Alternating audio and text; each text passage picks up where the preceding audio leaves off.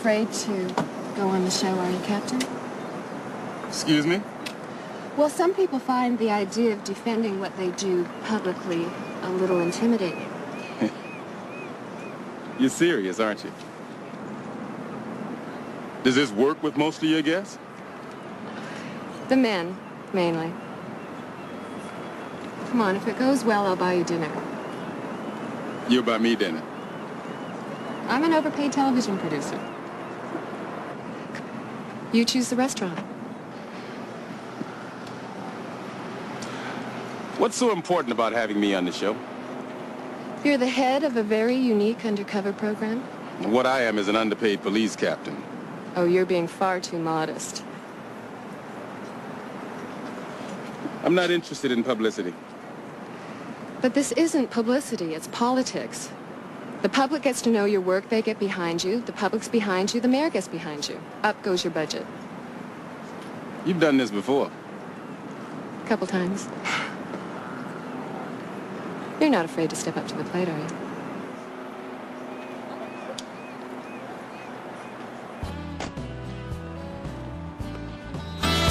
Look, Harry, we're on it. Officer and Penhall are tailing this girl around the clock. Yeah? Well, what are you doing?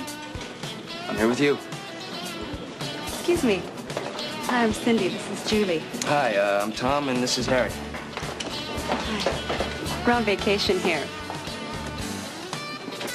I don't want you to think we're trying to pick you up or anything. But we are. Yeah, we are.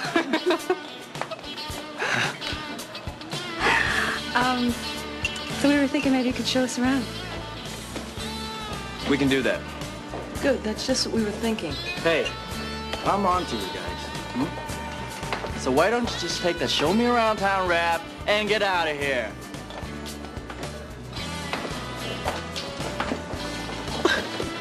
Charming guy. Yeah.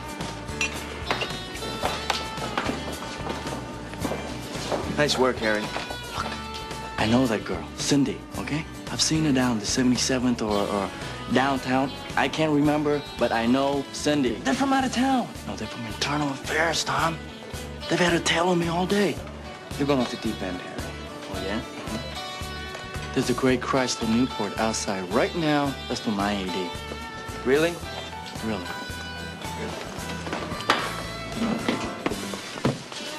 I don't see it. Changed cars.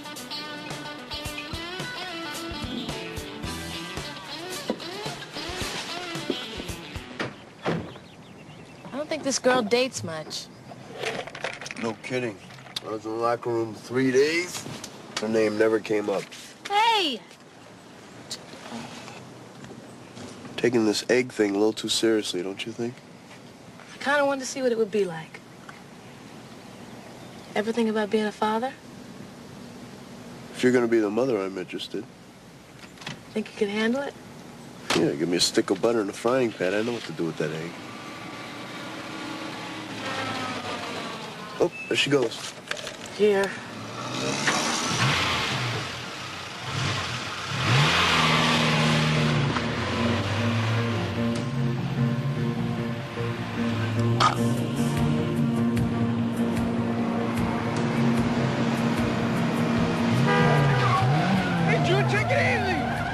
Why don't you put Madeline in her car seat, Douglas? Why don't you slow down, Judith?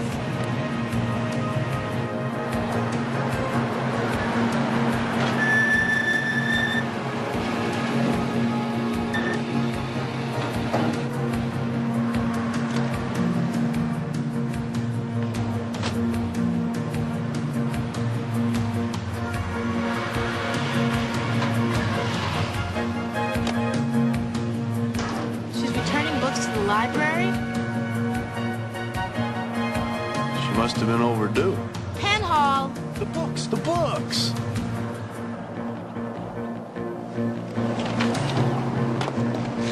That was just a joke. All right, I say we bust on this library book thing and see if we can make a deal.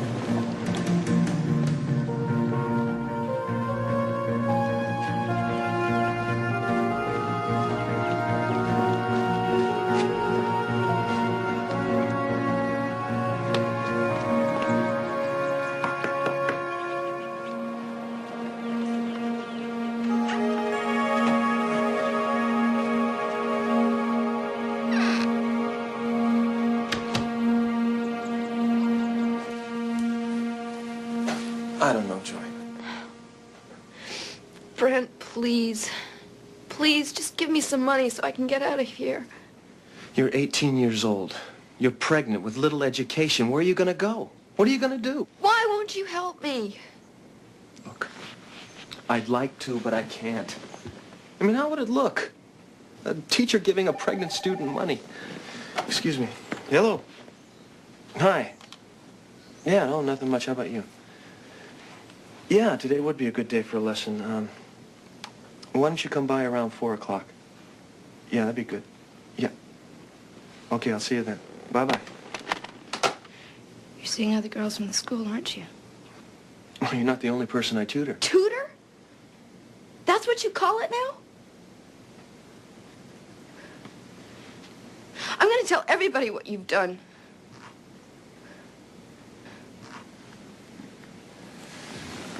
And who's going to believe you? I mean, you went way past the point of credibility when you accused that cop of being the father. I feel really sorry for you. A grown man who has to sleep with high school girls. And you're a very bright girl who's done something very stupid. It's your own fault you're pregnant. You knew about birth control. Didn't need it until I met you. That is not my child. This is your child. I've never had sex with anyone else.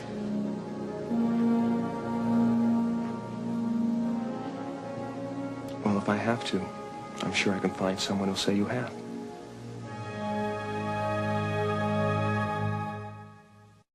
Stand by on the floor.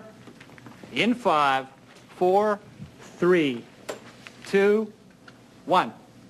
Good evening, I'm Barry Prince. Tonight, undercover cops in our schools, and with me is Captain Adam Fuller of the Jump Street Undercover Program and Attorney Carl Sprague of Citizens for a Greater Democracy. Now, gentlemen, cops in our schools? I mean, what's going on here? Mr. Sprague. What we have, pure and simple, is a police state on our high school campus. No, wait a minute. It's really easy to make generalized statements, but do you have any specific incidents of police misconduct? Not that I'm currently aware of, but that can generally be ascribed to the police department's unwillingness to release information about their secret programs. Except for students' names and the schools involved, our records are as available as any other information in the police department. My point exactly, sir. But you do admit to having spies in our schools, then? Well, I certainly would not call them spies. They're police officers undercover responding to specific criminal situations. Uh-huh. What about our children's right to a drug-free school? Yes. And what about our children's right to a police-free school? I think we'd all prefer a drug and police-free school. In some cases, both don't seem to be possible. He's got a pretty good point there, Carl. Would it be right if you were to keep lists of students you thought might become criminals? Of course not. Yet you are there in our schools. Look, I think you're making this program out to be something that it's not. But has the potential to be. Now, what about these reports we keep hearing, Captain, about cops bringing drugs into the schools to ingratiate themselves with the users? The police have never brought drugs into the schools. That's right, but they allegedly purchased them there. Oh, now, wait a minute. I'm not an attorney here, but wouldn't that be considered entrapment, Captain? No. What else do you call cops browbeating 15-year-old kids into selling them dope and then arresting them? You know, most 15-year-old kids don't sell drugs, but the ones that do don't get browbeaten. Yeah, they don't call it entrapment in Russia either, Captain. The people in your program go into a school, buddy up to a kid, pretend they're his friends, and then bust him. You don't know anything about our program. I know. We'd be better served going after the big dealer instead of the inner-city child spending his lunch money on a nickel bag of weed. Yeah, not to mention violating our children's civil rights. Let's take some calls. Line 1, you're on the air. We're all set. You're our next call. My son was strip searched. We don't strip search students. There was a sicko of a principal who took... I don't think that has to do with tonight's topic. Have we got another call?